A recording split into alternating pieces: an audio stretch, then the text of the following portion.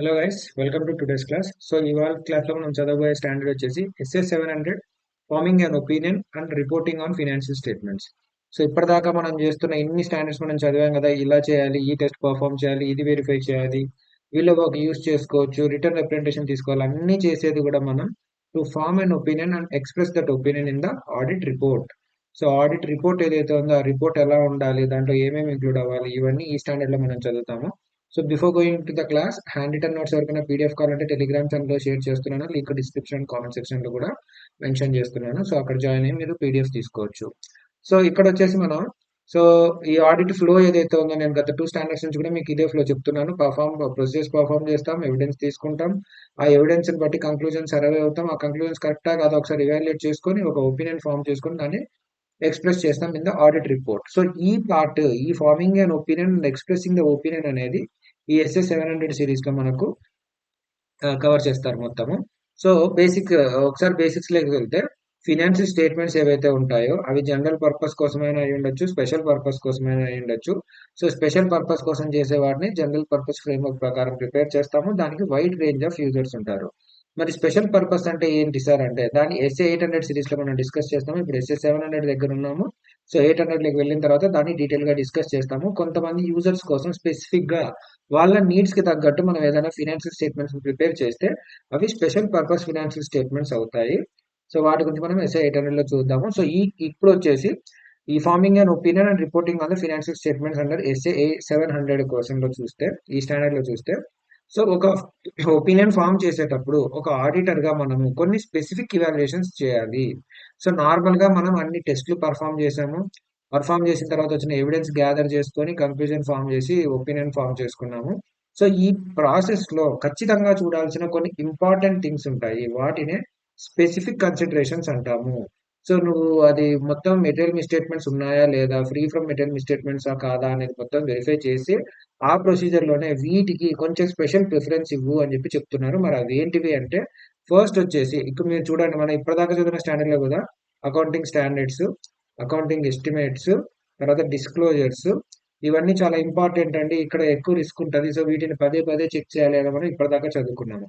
So అలానే ఎలాంటివి చూడాలి ఈ ఫినాన్షియల్ స్టేట్మెంట్స్ లో ఉన్నప్పుడు, అప్లికబుల్ ఫినాన్షియల్ రిపోర్టింగ్ ఫ్రేమ్వర్క్ ప్రకారం ఈ అకౌంటింగ్ పాలసీస్ ఏవైతే వాళ్ళు సెలెక్ట్ చేశారో, అప్లై చేశారో వాటి గురించి అడిక్వేట్ గా డిస్క్లోజర్ ఇచ్చారా లేదా చెక్ చేయాలి.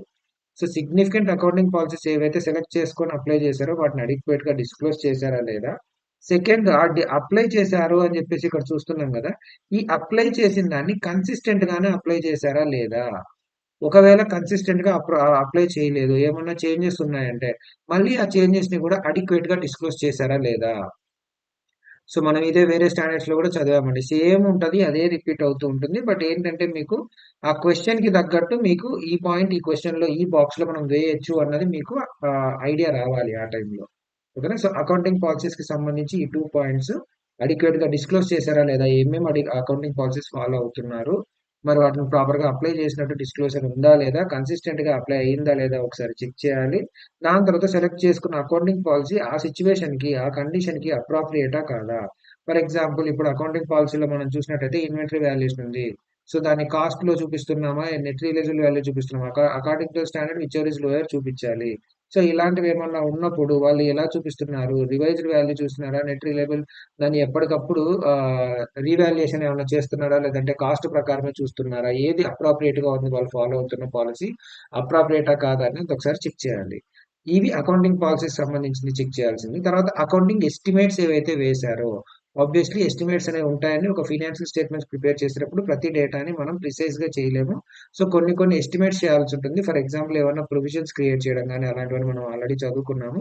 సో వాళ్ళు క్రియేట్ చేసిన ఎస్టిమేట్ ఏదైతే ఉందో, వాళ్ళు క్యాలిక్యులేట్ చేసినది రీజనబుల్ గానే ఉందా లేదా.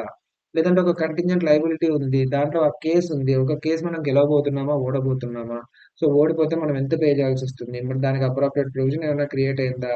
సో ఇలాంటివన్నీ రీజనబుల్ గానే ఎస్టిమేషన్ చేశారా లేదా. అకౌంటింగ్ పాలసీ అయితే మనం చెక్ చేసేది వచ్చేసి అప్రాప్రియేటా కాదా అని చెక్ చేస్తున్నాం.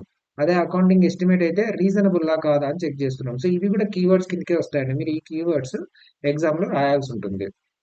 సో ఇవి మీరు దీన్ని పేరప్ చేసుకోండి. అకౌంటింగ్ పాలసీ అప్రాప్రియేట్ అని చెప్పి నోట్ చేసుకోండి. తర్వాత అకౌంటింగ్ ఎస్టిమేట్ రీజనబుల్ అని చెప్పి నోట్ చేసుకోండి.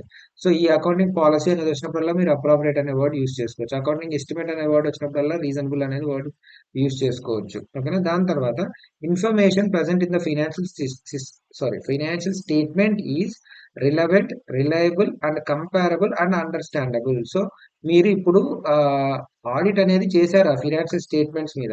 మీకు అర్థమైంది, బానే ఉంది. మీకు దాన్ని బట్టి మెటీరియల్ మిస్‌స్టేట్‌మెంట్ ఏదన్నా ఉందా? లేదా? మీరు క్లియర్ కట్‌గా అన్ని టెస్ట్‌లు పెర్ఫార్మ్ చేశారు. కానీ అట్ ద సేమ్ టైమ్ మొత్తం అక్కడ ఇన్ఫర్మేషన్ ఏదైతే ఫినాన్షియల్ స్టేట్‌మెంట్స్‌లో ఉందో అది రిలవెంట్ ఇన్ఫర్మేషనే ఇంక్లూడ్ అయ్యిందా లేదా? ఉన్న ఇన్ఫర్మేషన్ రిలయబుల్లా కాదా? మరి రిలయబుల్ కాకపోతే మనం ఒపీనియన్ చేంజ్ చేస్తాం. దాని తర్వాత కంపారబుల్లా కాదా? ఇప్పుడు కంపారబిలిటీ లేకపోతే మీకొచ్చిన తప్పేమన్నా ఉందా? వాళ్ళు డిస్క్లోజ్ చేశారండి. వాళ్ళు జస్ట్ ఈ కంపారబుల్ అనే దాన్ని ఎస్ఏ 17 మనం నెక్స్ట్ చదువుతాము. నెక్స్ట్ రాబోయే స్టాండర్డ్స్‌లో. ఈ కంపారబుల్ అనేది ఏంటంటే కరెంట్ ఇయర్‌తో పాటు ప్రీవియస్ ఇయర్‌వి కూడా చూపియడము. జస్ట్ లాస్ట్ ఇయర్ నుంచి ఈ ఇయర్‌కి మంది ఎంత చేంజ్ ఉంది అన్నది చూపియడం కోసము. అది వాళ్ళకు బెటర్‌గా అండర్‌స్టాండ్ అవుతుంది అని చెప్పేసి.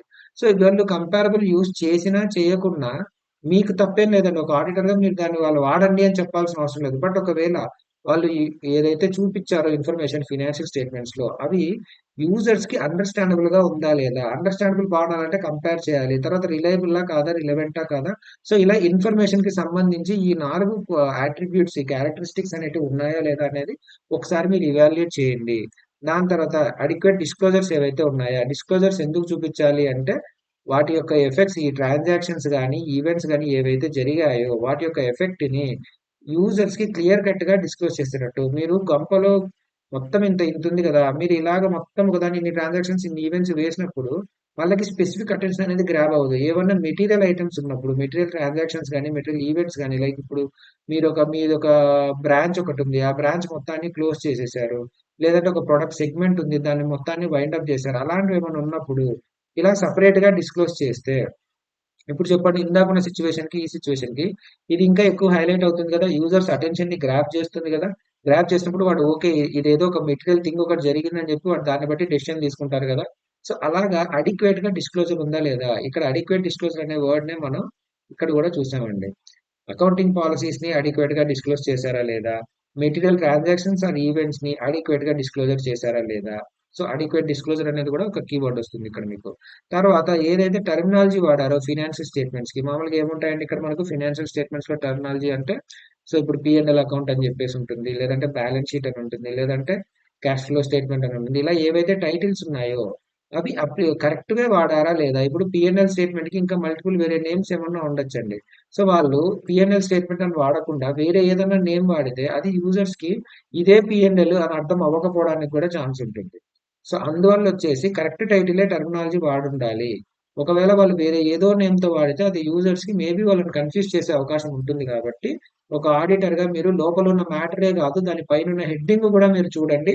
అప్రాప్రియేట్ వర్డే వాడారా లేదా దానికి, లేదంటే ఏదైనా కన్‌ఫ్యూజింగ్ వర్డ్ వాడి యూజర్స్‌ని మిస్‌లీడ్ చేయడానికి ట్రై చేస్తున్నారా అనేది ఒక ఆడిటర్‌గా మీరు చెక్ చేయాలి. రిపోర్ట్ ఇచ్చి అందులో రిపోర్ట్ ఒపీనియన్ ఎక్స్‌ప్రెస్ చేసే ముందు.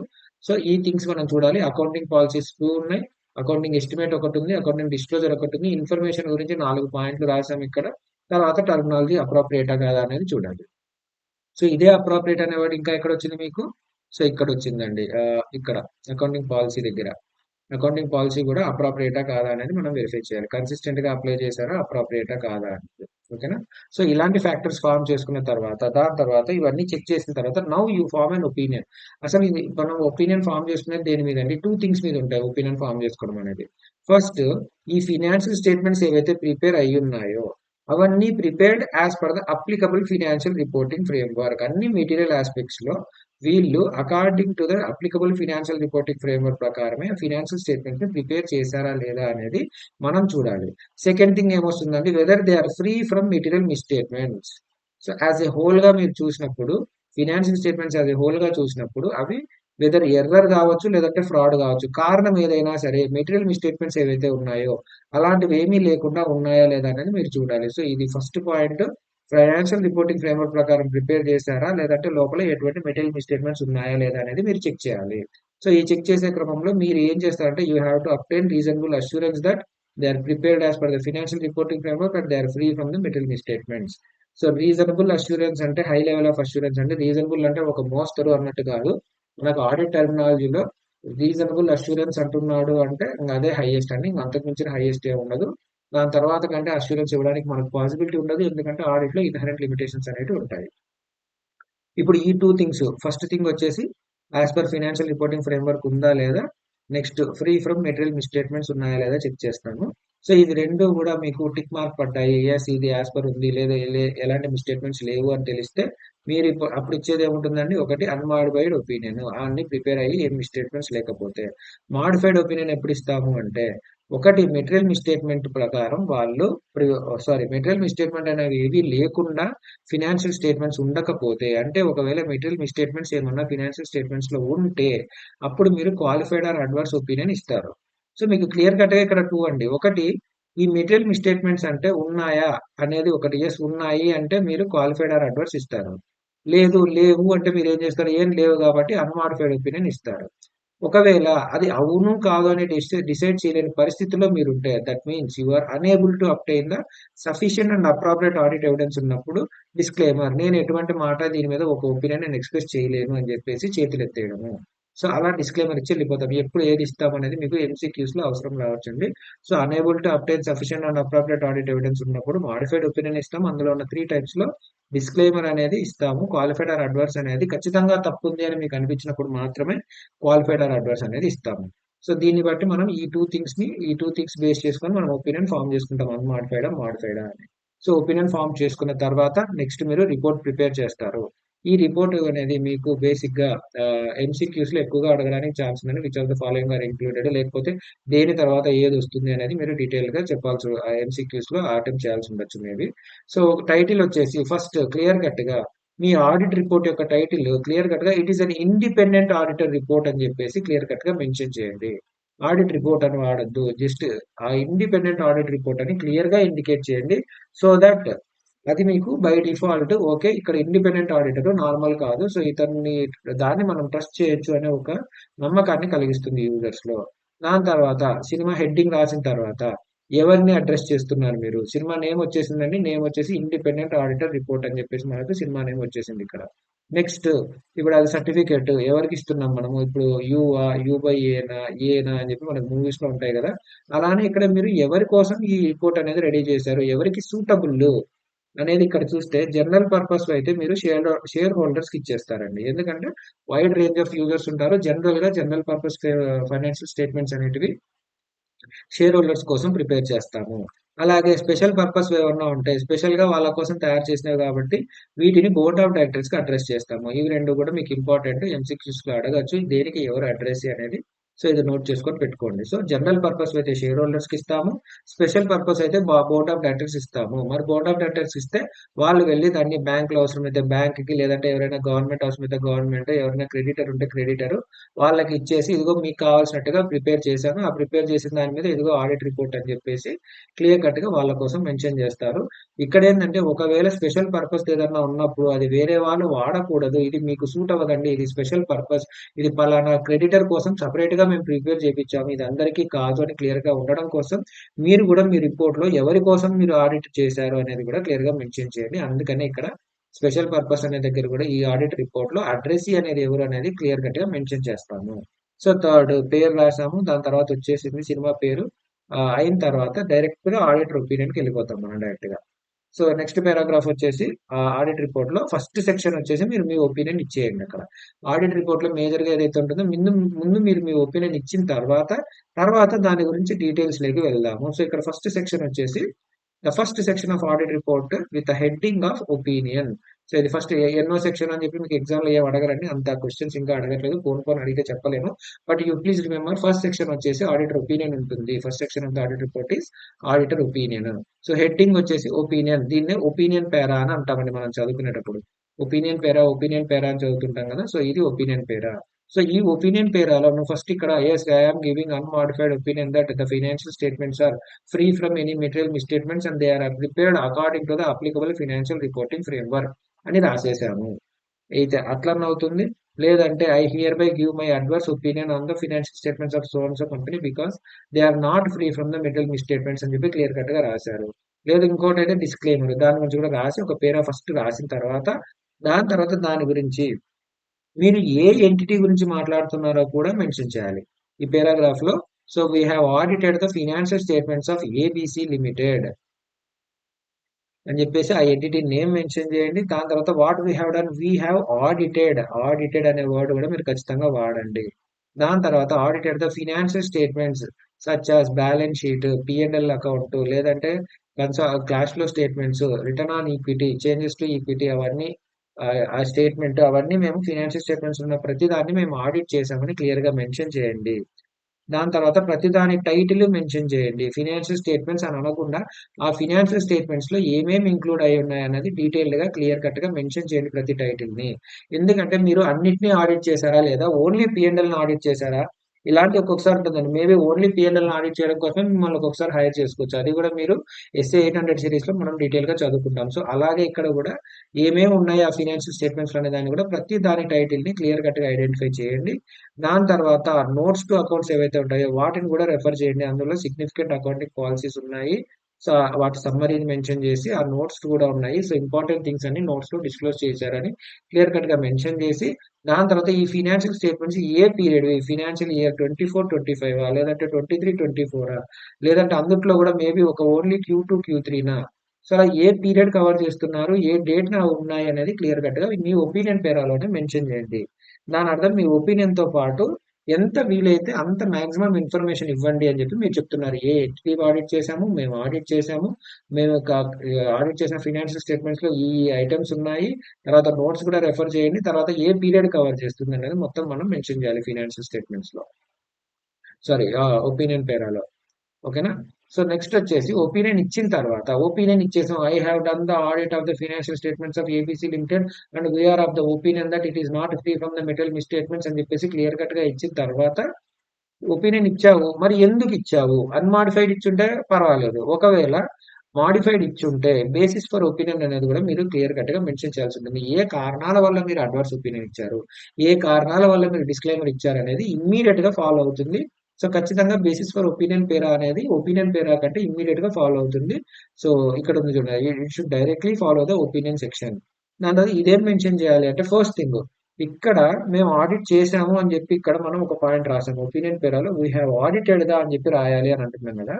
బేసిస్ లో we have audited as per the standards on auditing అని చెప్పి మెన్షన్ చేయాలి. ఎందుకంటే మీరు ఒక ఒపీనియన్ ఇచ్చారు, ఆ ఒపీనియన్ ఇలా ఎందుకు ఫామ్ అయింది అంటే మా స్టాండర్డ్స్ ప్రకారం మేము పర్ఫామ్ చేసిన దానివల్ల ఇలా ఒక మాకు ఎవిడెన్స్ దొరికింది అంటే, మరి మీరు ఏ స్టాండర్డ్స్ ఫాలో అయ్యారు అన్నది క్లియర్ కట్ గా మెన్షన్ అయితేనే వాళ్ళకి ఆ బేసిస్ ఆఫ్ ఒపీనియన్ కొంచెం అర్థం అవుతుంది కాబట్టి, సో క్లియర్ కట్ గా మేము ఆడిట్ చేసింది according to the standards on auditing అని చెప్పి మెన్షన్ చేయండి క్లియర్ గా. ఇండియన్ స్టాండర్డ్స్ చేశారా, ఇంటర్నేషనల్ స్టాండర్డ్స్ చేశారా, ఏం చేశారు, ఏ స్టాండర్డ్స్ ఫాలో అయ్యారు క్లియర్ కట్ గా మెన్షన్ చేయండి. దాని తర్వాత ఇదే రిపోర్ట్ లో ఆడిటర్ రెస్పాన్సిబిలిటీస్ అని చెప్పేసి ఏదైతే ఉంటుందో దాన్ని కూడా రెఫర్ చేస్తున్న ఒక సెక్షన్ ఏదైతే ఉంటుందో, సో మన ఆడిటర్ రెస్పాన్సిబిలిటీ అని కూడా ఒక పేరా ఉంటుంది కదా, ఆ పేరాని రెఫర్ చేయండి. సో ముందు నేను స్టాండర్డ్స్ ప్రకారమే చేశాను, నా రెస్పాన్సిబిలిటీ వచ్చేసి నేను స్టాండర్డ్స్ ప్రకారం ఆడిట్ పర్ఫామ్ చేసి ఒక ఒపీనియన్ ఫామ్ చేసుకొని దాన్ని ఎక్స్ప్రెస్ చేయడము అని దాన్ని ఇంకొకసారి దాన్ని రెఫర్ చేస్తూ, దాని తర్వాత నేను ఇండిపెండెంట్ గా ఉండి నా ఎథికల్ రిక్వైర్మెంట్స్ ప్రతి దాన్ని ఫుల్ఫిల్ చేశాను. సో ఆ ఫుల్ఫిల్ చేసిన తర్వాతనే నేను ఈ ఒపీనియన్ కి ఫామ్ అయ్యాను. నా ఐసీఏ ఇచ్చిన కోడ్ ఆఫ్ ఎథిక్స్ ఏదైతే ఉందో నేను దాన్ని ఫాలో అయ్యాను, కంప్లై అవుతూ నేను ఆడిట్ చేశాను అని చెప్పి, దాని తర్వాత నాకు వచ్చిన ఎవిడెన్స్ ఏదైతే ఉందో I believe that it is sufficient and appropriate audit evidence. So based on that only I have formed conclusion and ఆ కంక్లూజన్ ప్రకారం నేను ఈ ఒపీనియన్ ఇస్తున్నాను అని చెప్పి, ఒకసారి నువ్వు ఎంత నిజాయితీ పడివి, నువ్వు చేసిన వర్క్ లో ఎలాంటి స్టాండర్డ్స్ ఫాలో అయ్యావు అనేది ఈ బేసిస్ ఆఫ్ ఒపీనియన్ పారాగ్రాఫ్ లో క్లియర్ కట్ గా మెన్షన్ చేసి, దాని తర్వాత ఓకే నాకు ఇలా దొరికిన ఆడిట్ ఎవిడెన్స్ నాకు maybe sufficient and appropriate audit evidence దొరకలేదు, అందువల్ల according to my standard I'm giving disclaimer opinion అని చెప్పి క్లియర్ కట్ గా బేసిస్ ఫర్ ఒపీనియన్ పారాగ్రాఫ్ లో చెప్పాలి. దాని తర్వాత గోయింగ్ కన్సర్న్ పేరా అని ఒకటి ఉంటుంది, ఇది మనం ఎస్ఏ 570లో చదివాము. ఈ పేరా అనేది ఎప్పుడు వస్తుంది అంటే, ఒకవేళ గోయింగ్ కన్సర్న్ ఓన్లీ 3 కేసెస్ లోనే వస్తుందండి, 3 కేసెస్ లోనే వస్తుంది మనకు. ఫస్ట్ వాడిన గోయింగ్ కన్సర్న్ అజంప్షన్ అనేది ఇన్అప్రాప్రియేట్ అయితే నువ్వు ఒక పేరా ఇవ్వాలి. సో ఇన్అప్రాప్రియేట్, అసలు ఈ కంపెనీకి గోయింగ్ కన్సర్న్ అనే సిచ్యువేషనే లేదు, అయినా కానీ గోయింగ్ కన్సర్న్ అని చెప్పి చెప్పారు, సో ఇది కరెక్ట్ కాదు కాబట్టి నేను అడ్వర్స్ ఒపీనియన్ ఇస్తున్నాను అని చెప్పి ఆ పారాగ్రాఫ్ సపరేట్ గా మెన్షన్ చేయాలి. లేదు ఒకవేళ వాడింది ఇన్అప్రాప్రియేటే కానీ, సారీ వాడింది అప్రాప్రియేటే కానీ అందులో ఒక మెటీరియల్ అన్సర్టనిటీ ఉంది. సో ఇప్పుడు మనం ఆ స్టాండర్డ్ చదివేటప్పుడు మీకు గుర్తున్నట్లయితే మనం ఎక్స్పోర్ట్స్ టు యూఎస్ చేస్తున్నాము, దాన్ని ఇండియన్ కంపెనీ బ్యాన్ చేసింది. తర్వాత కొత్త కస్టమర్స్ ని ఫైండ్ అవుట్ చేద్దామని అన్నారు. కానీ కొత్త కస్టమర్ మనకు దొరుకుతారా లేదా అనేది మనకి ఇంకా అన్సర్టనిటీగా ఉంది అన్నప్పుడు, మరి మెటీరియల్ అన్సర్టనిటీ ఉంది, దాన్ని క్లియర్ కట్ గా డిస్క్లోజ్ చేస్తే ఇబ్బంది ఏం లేదు. అన్మాడిఫైడ్ ఒపీనియన్ ఇస్తాము. బట్ అన్మాడిఫైడ్ ఒపీనియన్ ఇస్తూ నేను అన్మాడిఫైడ్ ఇచ్చినా కూడా ఇక్కడ ఒక మెటీరియల్ అన్సర్టనిటీ ఉంది, ఇది జరగచ్చు జరగకపోవచ్చు అని క్లియర్ కట్ గా ఒక సెపరేట్ సెక్షన్ మెయింటైన్ చేయాలని చెప్పి మనం చదివాము. అదే ఇక్కడ రెఫర్ చేశారు. ఒకవేళ మెటీరియల్ అన్సర్టనిటీని మేనేజ్మెంట్ డిస్క్లోజ్ చేయకపోతే again you have to give qualified are adverse opinion, and ఈ బేసిస్ ఆఫ్ ఒపీనియన్ పేరు ఏదైతే ఉందో దీంట్లో దాన్ని మెన్షన్ చేస్తాము. ఈ మెటీరియల్ అన్సర్టనిటీ ఉంది కానీ దాన్ని డిస్క్లోజ్ చేయలేదు, దాని కారణంగా నేను అడ్వర్స్ ఒపీనియన్ ఇస్తున్నానని క్లియర్ కట్ గా మెన్షన్ చేయాలి. దాని తర్వాత ఒకవేళ మేనేజ్మెంట్ గోయింగ్ కన్సర్న్ కాదా అని అసెస్మెంట్ చేయడానికే విల్లింగ్ గా లేకపోతే అప్పుడు కూడా because management is not willing to do అని చెప్పేసి మీరు గోయింగ్ కన్సర్న్ పేరాలో దాన్ని మెన్షన్ చేయాలి. ఈ పేరాగ్రాఫ్ ఓన్లీ ఈ 3 కండిషన్స్ లో మాత్రమే వస్తుంది. అది మనం సెపరేట్ గా ఎస్ఏ 570లో ఆల్రెడీ చదువుకున్నాము. ఏమైనా డౌట్ ఉంటే ఒకసారి వెళ్ళి ఆ స్టాండర్డ్ రివైజ్ చేసుకోండి. దాని తర్వాత గోయింగ్ కన్సర్న్ పేరా తర్వాత నెక్స్ట్ వచ్చే పేరా కీ ఆడిట్ మ్యాటర్స్. దీన్ని ఎస్ఏ 701 లో ఈ స్టాండర్డ్ తర్వాత నెక్స్ట్ ఇమీడియట్ స్టాండర్డ్ లో చదువుతాము. దాని తర్వాత ఇంకా అదర్ ఇన్ఫర్మేషన్ గురించి ఏమన్నా ఉందా, ఇవన్నీ ప్రతి ఆడిట్ రిపోర్ట్ లో ఖచ్చితంగా రావండి. సో ఒకవేళ గోయింగ్ కన్సర్న్ ఇష్యూ ఉంటేనే వస్తుంది, కీ ఆడిట్ మ్యాటర్స్ ఏమైనా ఉంటేనే వస్తాయి, అదర్ ఇన్ఫర్మేషన్ మేనేజ్మెంట్ అని ఇంక్లూడ్ చేస్తేనే వస్తుంది. సో ఈ 3 అనేది ఖచ్చితంగా ప్రతి రిపోర్ట్ లో రావు. ఇవి సిచ్యువేషన్ ని బట్టి సర్కమ్స్టాన్సెస్ ని బట్టి ఉంటే వస్తాయి. ఇది ఎస్ఏ 570, ఇది 701, ఇది 720. సో వాటిలో డీటెయిల్ గా చదువుకుంటాము. తర్వాత ఒక పేరా వచ్చేసి మేనేజ్మెంట్ యొక్క రెస్పాన్సిబిలిటీ గురించి రాయాలి. So management is the responsible for preparation and presentation of financial statements and then internal control system ని to enable the preparation of presentation of financial statements ని ఇంటర్నల్ కంట్రోల్ సిస్టమ్ ఏదైతే ఉంటుందో దానికి కూడా మేనేజ్మెంటే రెస్పాన్సిబుల్. తర్వాత గోయింగ్ కన్సర్న్ కాదా అని అసెస్మెంట్ చేయడంలో వాళ్ళే రెస్పాన్సిబుల్. అండ్ టీసీడబ్ల్యూడిజి వచ్చేసి ఈ మేనేజ్మెంట్ చేసే ప్రతి పనిని ఓవర్సైట్ చేయడం టీసీడబ్ల్యూడిజి యొక్క రెస్పాన్సిబిలిటీ అని చెప్పి క్లియర్ కట్ గా వాళ్ళది రాయాలి. ఇప్పుడు ఫినాన్షియల్ స్టేట్మెంట్స్ లో తప్పు ఉంటే తప్పుని ఎత్తి చూపించడం వరకే నా రెస్పాన్సిబిలిటీ. ఫినాన్షియల్ స్టేట్మెంట్స్ తప్పు లేకుండా ప్రిపేర్ చేయడం అనేది మేనేజ్మెంట్ యొక్క రెస్పాన్సిబిలిటీ. ఆ మేనేజ్మెంట్ చేసే పని ఓవర్వ్యూ చేయడం టీసీడబ్ల్యూడిజి యొక్క రెస్పాన్సిబిలిటీ. ఇది కాకుండా ఒక గోయింగ్ కన్సర్న్ అజంప్షన్ ఉందా లేదా అని చెక్ చేయడం కూడా మేనేజ్మెంట్ రెస్పాన్సిబిలిటీ అని ఈ responsibilities of the financial statements అనే ఒక పేరాగ్రాఫ్ లో క్లియర్ కట్ గా మేనేజ్మెంట్ రెస్పాన్సిబిలిటీని మెన్షన్ చేయాలి. మరి మేనేజ్మెంట్ రెస్పాన్సిబిలిటీ చేసిన తర్వాత మరి నా రెస్పాన్సిబిలిటీ ఏంటి అన్నది కూడా మనం క్లియర్ కట్ గా మెన్షన్ చేయాలి. మీరు చూసినట్టయితే ఇక్కడ బేసిస్ ఆఫ్ ఒపీనియన్ లో సో ఇక్కడ చెప్పాను refer to the section of the report that describes audit responsibility కదా, ఆ సెక్షన్ ఇదండి. సో ఇక్కడ ఆడిటర్ రెస్పాన్సిబిలిటీ ఉంది కదా, ఈ పేరాగ్రాఫ్ ని రెఫర్ చేయాలి బేసిస్ ఆఫ్ ఒపీనియన్ పేరా అని చెప్పి చెప్తున్నాం. మరి ఇందులో ఏం చదువుతామంటే ఫస్ట్ థింగ్ నా బాధ్యత ఏంటి, నా ఆబ్జెక్టివ్ ఏంటంటే to obtain sufficient and appropriate audit evidence that they are free from the material misstatements అని చెప్పేసి తర్వాత ఒక ఒపీనియన్ ఎక్స్ప్రెస్ చేయడమే నా బాధ్యత. సో ఈ బాధ్యతలో నేను ఏం చేసేది రీజనబుల్ అష్యూరెన్స్ కోసం. రీజనబుల్ అంటే హై లెవెలే, బట్ హై లెవెల్ అయినంత మాత్రాన గ్యారంటీ కాదు, బికాస్ ఇన్హరెంట్ లిమిటేషన్స్ ఎప్పటికీ ఉంటాయి కాబట్టి నేను హై లెవెల్ ఆఫ్ అష్యూరెన్స్ ఇస్తాను, గ్యారంటీ మటుకు ఇవ్వలేను అని చెప్పేసి క్లియర్ కట్ గా రీజనబుల్ అష్యూరెన్స్ ఇస్తున్నాను అని చెప్పాలి. దాని తర్వాత మెటీరియల్ మిస్టేట్మెంట్స్ ఫ్రాడ్ వల్ల జరగచ్చు, ఎర్రర్ వల్ల జరగచ్చు. ఒకవేళ మెటీరియల్ అయితే అవి మీ యొక్క డెసిషన్స్ ఇన్ఫ్లుయెన్స్ చేస్తాయనే వాటిని నేను మెటీరియాలిటీగా కన్సిడర్ చేశాను. మరి ఈ ప్రకారంగా నేను ఈ మెటీరియాలిటీ అంటే ఏంటి, నేను ఎంత అమౌంట్ పెట్టాను అనేది క్లియర్ కట్ గా మీరు మెన్షన్ చేయాలి. సో ఇప్పుడు నేను ఇక్కడ ఓన్లీ మెటీరియల్ ఐటమ్స్ మీద మాత్రమే ఫోకస్ చేశాను నా వర్క్ లో, ఇమ్మెటీరియల్ ఐటమ్స్ మీద నేను చేయలేదు. మరి మెటీరియల్ అంటే ఏంటి ఒకసారి యూజర్స్ కి అర్థమయ్యేలాగా క్లియర్ కట్ గా మెటీరియాలిటీ గురించి కూడా ఒక మాట చెప్పాలి మీ బాధ్యతలో. ఎందుకంటే మీరు ఓన్లీ మెటీరియల్ మిస్టేట్మెంట్స్ మీదే ఫోకస్ చేశారు కాబట్టి. దాని తర్వాత నేను ఈ ఒపీనియన్ ఫామ్ చేసుకొని ఎవిడెన్స్ గ్యాదర్ చేసి ఒపీనియన్ ఫామ్ చేసే ఈ క్రమంలో ఒక్కొక్కసారి నేను కొన్ని జడ్జిమెంట్ ప్రకారం వెళ్లాల్సి ఉంటుంది. ఫర్ ఎగ్జాంపుల్ ఒక ఎర్రర్ ఏదైతే ఉందో అది మెటీరియలా కాదా, అసలు మెటీరియాలిటీ లిమిట్ ఎంత పెట్టాను, ఒక risk of material misstatement assess చేసినప్పుడు అది హయ్యా లోనా అని ఎలా చేశాను, ఇలాంటి వాటిలో నేను కొన్ని చోట్ల జడ్జిమెంట్ ని వాడి ఉన్నాను. సో అది ప్రొఫెషనల్ జడ్జిమెంట్ ని నేను అక్కడక్కడ కొన్ని చోట్ల వాడాను. దాని తర్వాత మొత్తం ఆడిట్ ప్రకారం నేను నా స్కెప్టిసిజం, నా యొక్క ఇంక్వైరింగ్ బ్రెయిన్ ఏదైతే ఉందో ఇక్కడ తప్పు జరిగే అవకాశం ఉంది అని నాకు ఎక్కడెక్కడైతే అనిపించిందో అక్కడ ప్రతి దగ్గర నేను నా ప్రొఫెషనల్ స్కెప్టిసిజం ని మెయింటైన్ చేశాను అని చెప్పి క్లియర్ కట్ గా మెన్షన్ చేయండి. దాని తర్వాత ఆడిట్ ని డిస్క్రైబ్ చేయండి, మీ రెస్పాన్సిబిలిటీని స్టేట్ చేస్తూ. సో ఇక్కడ ఏం చేస్తాం, మన రెస్పాన్సిబిలిటీ ఏంది, first identifying assessing the risk of material misstatements, internal control కరెక్ట్‌గా ఉందా లేదా, అకౌంటింగ్ పాలిసీస్ అప్రాప్రియేటా కాదా, అకౌంటింగ్ ఎస్టిమేట్స్ రీజనబుల్లా కాదా, డిస్క్లోజర్స్ అన్ని ప్రాపర్‌గా ఉన్నాయా లేదా, గోయింగ్ కన్సర్న్ ఉందా లేదా, ఓవరాల్‌గా ఎలా ఉంది ఫైనాన్షియల్ స్టేట్‌మెంట్స్. ఇవే మీ రెస్పాన్సిబిలిటీస్. ఇది చెక్ చేయడమే మీ రెస్పాన్సిబిలిటీస్ కదా! వీటినే రెఫర్ చేస్తూ నేను ఆడిట్ ఏం చేశాను? I have done the I have assessed the risk of federal misstatement. I have I have verified the effectiveness of the internal control system. I have checked the appropriateness of the accounting policies. ఇవన్నీ నేను చేస్తాను. వీటినే audit లో పార్ట్‌గా ఇవన్నీ చేశానని చెప్పి clear cut గా mention చేయండి. దాని తర్వాత ఆడిటర్ యొక్క రెస్పాన్సిబిలిటీస్ ఏమన్నా గ్రూప్ ఆడిట్ కేస్ అయితే అలాంటి టైంలో నా రోల్ ఏంటి? నా రెస్పాన్సిబిలిటీ ఏంటి అనేది మీ ఇస్తున్న సెపరేట్ రిపోర్ట్ లో మీరు క్లియర్ కట్ గా మెన్షన్ చేయండి. ఎందుకంటే గ్రూప్ ఆడిట్ అంటే ఎన్నో మల్టిపుల్ ఎంటిటీస్ ఇన్వాల్వ్ అయి ఉంటాయి. మల్టిపుల్ ఫర్మ్స్ ఇన్వాల్వ్ అయి ఉంటాయి కాబట్టి మీ రోల్స్ అండ్ రెస్పాన్సిబిలిటీస్ ని క్లియర్ కట్ గా మెన్షన్ చేయండి.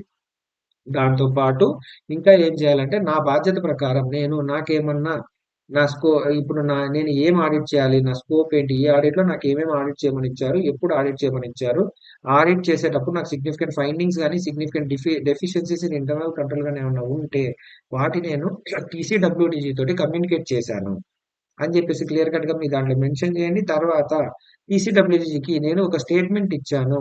ఏవైతే ఎథికల్ రిక్వైర్మెంట్స్ ఇంక్లూడింగ్ ఇండిపెండెన్స్ ఉన్నాయో, నాకు మీ కంపెనీకి ఎటువంటి ఫైనాన్షియల్ ఇంట్రెస్ట్ ఆర్ రిలేషన్‌షిప్స్ లేవు అని చెప్పి క్లియర్ కట్‌గా వాళ్ళకొక స్టేట్మెంట్ ఇచ్చినట్టు దాన్ని మీరు మెన్షన్ చేయండి.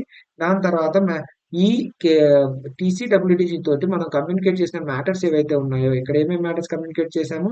స్కోప్ ఏంటి? టైమింగ్ ఏంటి? సిగ్నిఫికెంట్ ఫైండింగ్స్ ఏమైనా ఉన్నాయా? ఇంటర్నల్ కంట్రోల్స్ ఏమైనా డెఫిషియన్సీస్ ఉన్నాయా? ఇలా వాళ్ళతో నేను కమ్యూనికేట్ చేసిన వాటిట్లో నేను కొన్ని పాయింట్స్‌ని కీ ఆడిట్ మ్యాటర్స్‌గా నేను ఐడెంటిఫై చేశాను. ఈ కీ ఆడిట్ మ్యాటర్స్ ఏమన్నా ఉంటే నేను వాటిని మీకు సెపరేట్‌గా ఇలా నా రిపోర్ట్‌లోనే ఇంకో సెక్షన్‌లో మెన్షన్ చేశాను. ఇదిగోండి ఇక్కడ పాయింట్ 6లో కీ ఆడిట్ మ్యాటర్స్ అని చెప్పేసి ఎస్ఏ 701 అని మెన్షన్ చేశాను కదా! సో, అక్కడ నేను మెన్షన్ చేశానని క్లియర్ కట్‌గా మీరు మెన్షన్ చేయాల్సి ఉంటుంది. సో, మీ రెస్పాన్సిబిలిటీ సెక్షన్ ఇంత డీటెయిల్డ్‌గా ఉంటుంది. మీరు చూసినట్టయితే మేనేజ్మెంట్ రెస్పాన్సిబిలిటీ ఏం లేదండి. ఒక్క లైన్‌లో అయిపోయింది. వాళ్ళు ప్రిపేర్ చేయాలి. ఇంటర్నల్ కంట్రోల్ మెయింటైన్ చేయాలి. టీసీడబ్ల్యూజీ ఓవర్‌సైట్ చేయాలి అని. కానీ ఆడిటర్ దగ్గరకొచ్చేసరికి నా బాధ్యత ఏంటి? నేను రీజనబుల్ అష్యూరెన్సే ఇస్తున్నాను. సో, ఇది చేసేటప్పుడు నేను నా జడ్జిమెంట్ అక్కడక్కడ ఇన్వాల్వ్ అయ్యుంటే అది చేశాను. మొత్తం ఆడిట్ ప్రాసెస్‌ని డిస్క్రైబ్ చేశాము. నా రోల్స్ ఏంటి? రెస్పాన్సిబిలిటీస్ ఏంటి? ఒకవేళ వేరే ఆడిటర్స్ కూడా ఇన్వాల్వ్ అయినప్పుడు టీసీడబ్ల్యూటీజీతో నేను ఎలా ఎలా కమ్యూనికేట్ చేశాను? డీటెయిల్డ్‌గా రాస్తాం ఆడిట్ రెస్పాన్సిబిలిటీ పేరా అని. సో, ఈ పేరా మీద మీకు సెపరేట్ క్వెషన్ వచ్చే అవకాశం ఉంటుంది. సో, దీన్ని కొంచెం గుర్తుపెట్టుకోండి. రిమైనింగ్ హెడ్డింగ్స్ అన్నీ ఏముంటాయి? ఏం లేవు. ఆ ఆర్డర్ ఏంటనేది మీరు గుర్తుపెట్టుకుంటే మీకు ఎంసీక్యూలో యూజ్ అవుతుంది. తర్వాత అదర్ రెస్పాన్సిబిలిటీస్ ఏమన్నా ఉన్నాయా? లైక్ కారో గాని, సెక్షన్ 143(3) కింద గాని ఏమన్నా other legal and regulatory responsibilities ఏమన్నా ఉంటే వాటి గురించి సెపరేట్‌గా ఒక హెడ్డింగ్ పెట్టండి. మన రెస్పాన్సిబిలిటీ మొత్తాన్ని ఇక్కడ డిస్క్రైబ్ చేసేసాం ఆల్రెడీ. అలా కాకుండా ఎక్స్‌ట్రా ఏమన్నా ఉంటే వాటిని సెపరేట్‌గా ఈ రెగ్యులేటరీ ప్రకారం, ఈ లా ప్రకారం నాది ఇది ఉంది అని చెప్పేసి మీరు సెపరేట్‌గా దాన్ని మెన్షన్ చేయండి. తర్వాత సిగ్నేచర్‌లో మీ పర్సనల్ నేమ్, మీ ఆడిట్ ఫర్మ్ నేమ్ 2 వస్తాయి. పర్సనల్ నేమ్ కింద మెంబర్‌షిప్ నంబరు, ఫర్మ్ కింద దాని రిజిస్ట్రేషన్ నంబర్ అండ్ యూడీఐఎన్ నంబర్ కూడా మనం మెన్షన్ చేస్తాము. ఎక్కడ సైన్ చేసాం, ఎప్పుడు సైన్ చేసాం. These are the basic elements of the audit report అండి. సో, ఈ ఎంసీక్యూస్ ఉంటాయి. ఆడిట్ రెస్పాన్సిబిలిటీ మీద సెపరేట్ క్వెషన్ రావచ్చు. ఇంకా అవసరమైతే ఈ auditor opinion, basis of opinion para మీద కూడా రావచ్చు. అది మీరు ఒకసారి చూసుకోవాలి. ఈ బేసిక్ ఎలిమెంట్స్ తర్వాత దీంట్లో ఇంకా ఈ స్టాండర్డ్‌లో ఇంపార్టెంట్ థింగ్స్ ఏమన్నా ఉన్నాయా అంటే ఒక్కొక్కసారి ఏమవుతుందంటే, మీరు మన ఇండియన్ స్టాండర్డ్స్ అండ్ ఆడిటింగ్‌తో పాటు ఇంటర్నేషనల్ స్టాండర్డ్స్ ప్రకారం కూడా మీరు ఆడిట్ చేయాల్సుంటుంది. ఒక్కొక్కసారి ఒకటే ఎంటిటీకి 2 స్టాండర్డ్స్ అప్లై అవుతూ ఉంటాయి. ఫర్ ఎగ్జాంపుల్ వచ్చేసి మనం చదువుకున్నాం కదా! అదర్ ఆడిటర్ ఎస్ఎస్ఐ 600 చదివినప్పుడు, అదర్ ఆడిటర్ అని చదివేటప్పుడు దాంట్లో కొన్ని కంపోనెంట్స్ ఉంటాయి. కంపోనెంట్స్‌లో బ్రాంచ్ ఉండొచ్చు, డివిజన్ ఉండొచ్చు, సబ్సిడరీ ఉండొచ్చు. ఈ బ్రాంచ్‌లో ఇండియన్ ఉండొచ్చు, ఇంటర్నేషనల్ ఉండొచ్చు అని చదివాం కదా! సో, ఇంటర్నేషనల్ బ్రాంచ్ ఏదైనా ఉంటే దానికి ఆ కంట్రీలో లొకేట్ అయినందుకు ఆ కంట్రీ రూల్స్ అండ్ రెగ్యులేషన్స్ ప్రకారం ఏమైనా ఇంటర్నేషనల్ స్టాండర్డ్స్ కూడా అప్లై అవుతూ ఉండొచ్చు. ఇండియన్ స్టాండర్డ్స్ కూడా అప్లై అవుతాయి. ఎందుకంటే ఎంటిటీని నువ్వు ఆడిట్ చేస్తున్నావు. అది ఇండియాలో అయింది కాబట్టి. బ్రాంచ్‌ని ఎవరు ఆడిట్ చేస్తున్నారో అది అక్కడెక్కడో ఫారెన్‌లో ఉంది కాబట్టి దానికి ఇంటర్నేషనల్ స్టాండర్డ్స్ ఉన్నప్పుడు సో, డబుల్ స్టాండర్డ్స్ అప్లై అవుతున్నప్పుడు మీ ఆడిట్ రిపోర్ట్‌లో మీ రెస్పాన్సిబిలిటీ ఎలా ఉంటుంది అంటే, సో, మీరు ఈ ఇంటర్నేషనల్ స్టాండర్డ్స్ గురించి నార్మల్‌గా అయితే రెఫర్ చేయాల్సిన అవసరం లేదు. So, in the report you refer to standards and auditing in addition to international standards only if, only if there is no conflict. ఒకవేళ కాన్ఫ్లిక్ట్ ఉంటే మీరు దాన్ని సెపరేట్‌గా మెన్షన్ చేయాలి. చేయకూడదు. సో, మీరు రెండిటిని మెన్షన్ చేస్తున్నప్పుడు రెండు అప్లై అవుతున్నాయండి. ఒకదానికొకటి కాన్‌ఫ్లిక్ట్‌గా ఉంది కాబట్టి, నేను స్టాండర్డ్స్ అండ్ ఆడిటింగ్ ప్రకారం చేశాను. దాని ప్రకారం ఈ ఎవిడెన్స్ గ్యాదర్ అయింది. ఇంటర్నేషనల్ స్టాండర్డ్స్ కూడా కొన్ని ఉన్నాయి. దాని ప్రకారం ఇవి అప్లై అవుతాయని జెప్పేసి, సో, ఈ డిఫరెంట్ ఒపీనియన్ ఫార్మ్ అవుతుంది. అకార్డింగ్ టు మై స్టాండర్డ్ ఆహ్, ఈ according to the Indian standards నేను ఈ ఒపీనియన్ ఫార్మ్ చేసుకున్నాను. According to the international standards వేరే ఒపీనియన్ వస్తూ ఉంటుందని క్లియర్ కట్‌గా మెన్షన్ చేయండి. అలాంటి కాన్‌ఫ్లిక్ట్ ఏమీ లేదు అన్నప్పుడే మీరు మెన్షన్ చేయండి.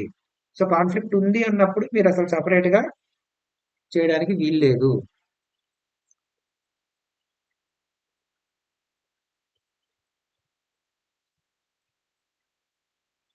తర్వాతొచ్చేసి తర్వాతొచ్చేసి ఈ స్టాండర్డ్ అండ్ ఆడిటింగ్ లో ఉన్న ఈచ్ అండ్ ఎవ్రీ ఎలిమెంట్ ఏదైతే ఉంటుందో దాన్ని ప్రతి దాన్ని మెన్షన్ చేసేలాగా అయితేనే మీరు మన స్టాండర్డ్స్ ని మెన్షన్ చేయండి మీ రిపోర్ట్ లో. సో సగం సగం చేసేలాగా అయితే వద్దు. ప్రతి ఈచ్ అండ్ ఎవ్రీ ఎలిమెంట్ ఇప్పుడు ఎస్ఏ 315 చేసాము, ఎస్ఏ 500 చేసాము, ఎస్ఏ 540 చేసాము. సో దాంట్లో ఉన్న ఈచ్ అండ్ ఎవ్రీ ఎలిమెంట్ ఏదైతే ఉందో మన స్టాండర్డ్ లో గైడ్ చేసింది ప్రతి దాన్ని ఇంక్లూడ్ చేసేలాగా అయితేనే మీరు ఎంటైర్ స్టాండర్డ్ మేము కంప్లై చేసాము అని చెప్పేసి రెఫర్ చేయండి. అదర్వైజ్ మీరు రెఫర్ చేయొద్దు. సగం సగం ఫాలో అయినట్టయితే మీరు రెఫర్ చేయొద్దు అని చెప్పి చెప్తున్నారు. ఒకవేళ మీరు రెండింటిని రెఫర్ చేసే సిచ్యువేషన్ మీకు వచ్చినప్పుడు ఇండియన్ స్టాండర్డ్స్, ఇంటర్నేషనల్ స్టాండర్డ్స్ రెండింటిని రెఫర్ చేసే సిచ్యువేషన్ మీకు వచ్చినప్పుడు సో దేని జ్యూరిస్డిక్షన్ ఏంది, అది ఎక్కడి నుంచి వస్తుంది అనేది కూడా క్లియర్ కట్ గా మీరు మెన్షన్ చేయండి. ఇంటర్నేషనల్ ఏదైతే ఉందో అది ఏ కంట్రీది, దాని ప్రకారం ఎక్కడి నుంచి ఆరిజిన్ అయింది, దాని యొక్క ఎలిమెంట్స్ ఏమేమి ఉంటాయి అనేది క్లియర్ కట్ గా మీరు ఐడెంటిఫై చేయాలి. అప్పుడే మీరు మెన్షన్ చేయండి. రెండింటిని మెన్షన్ చేసినప్పుడు ఇది ఇండియన్, అది ఇంటర్నేషనల్. ఇంటర్నేషనల్ అంటే ఏ కంట్రీది, మరి అక్కడ రూల్స్ ఏముంటాయి, ఆ స్టాండర్డ్స్ ప్రకారం ఆ స్టాండర్డ్ దేన్ని ఆబ్జెక్టివ్ గా పెట్టుకొని గైడ్ చేస్తుంది ఆడిటర్స్ అనేది క్లియర్ కట్ గా మెన్షన్ చేయాల్సి ఉంటుంది. వీటితో పాటు నెక్స్ట్ ఒకవేళ ఫినాన్షియల్ స్టేట్మెంట్స్ తో పాటు ఫినాన్షియల్ స్టేట్మెంట్స్ లో రెగ్యులర్ గా ఇచ్చే ఇన్ఫర్మేషన్ తో పాటు ఒకవేళ మేనేజ్మెంట్ ఏదైనా సప్లిమెంటరీ ఇన్ఫర్మేషన్ ప్రొవైడ్ చేస్తే మరి అలాంటప్పుడు ఆడిట్ రిపోర్ట్ లో మీరు ఏమన్నా స్పెషల్ కేర్ తీసుకోవాల్సి ఉంటుందా అంటే, సప్లిమెంటరీ ఇన్ఫర్మేషన్ అంటే ఏంటి అంటే it is not required by the applicable financial reporting framework. మనకి ఏదైతే ఫినాన్షియల్ రిపోర్టింగ్ ఫ్రేమ్వర్క్ ప్రకారం అవసరం ఉందో వాటిని P&L బ్యాలెన్స్ షీట్ లో ఆటోమేటిక్ గా మనం ఆల్రెడీ ఇంక్లూడ్ చేశాము. వాటిలో కాకుండా ఇంకా ఏదైనా గాని సప్లిమెంటరీగా నేను ఇంకా ఎక్స్‌ట్రా డేటా ఏదైనా ఇవ్వాలనుకుంటున్నాను మేనేజ్‌మెంట్ ఇస్తే, అప్పుడు దాని గురించి మనం ఏం చేయాలంటే first you have to evaluate whether it is the integral part of financial statements or not due to its nature and presentation. So వాళ్ళు ఇస్తున్న ఇన్ఫర్మేషన్‌ని ఫైనాన్షియల్ స్టేట్మెంట్స్ లోనే అది ఒక ఇంటిగ్రల్ పార్ట్ అవుతుందా? లేదంటే ఎక్స్‌ట్రా పార్ట్ లాగా అవుతుందా అనేది మనం ఇవాల్యుయేట్ చేయాలి. ఒకవేళ ఇంటిగ్రల్ పార్ట్ అనుకో, మీరు ఒపీనియన్ దేని మీద ఎక్స్‌ప్రెస్ చేస్తున్నారు? ఫైనాన్షియల్ స్టేట్మెంట్స్ మీద. ఈ ఫైనాన్షియల్ స్టేట్మెంట్స్ లో వాళ్ళు ఇస్తున్న సప్లిమెంటరీ ఇన్ఫర్మేషన్ కూడా ఒక ఇంటిగ్రల్ పార్ట్ అంటే అంతర్భాగం కలిసిపోయింది దాంట్లో.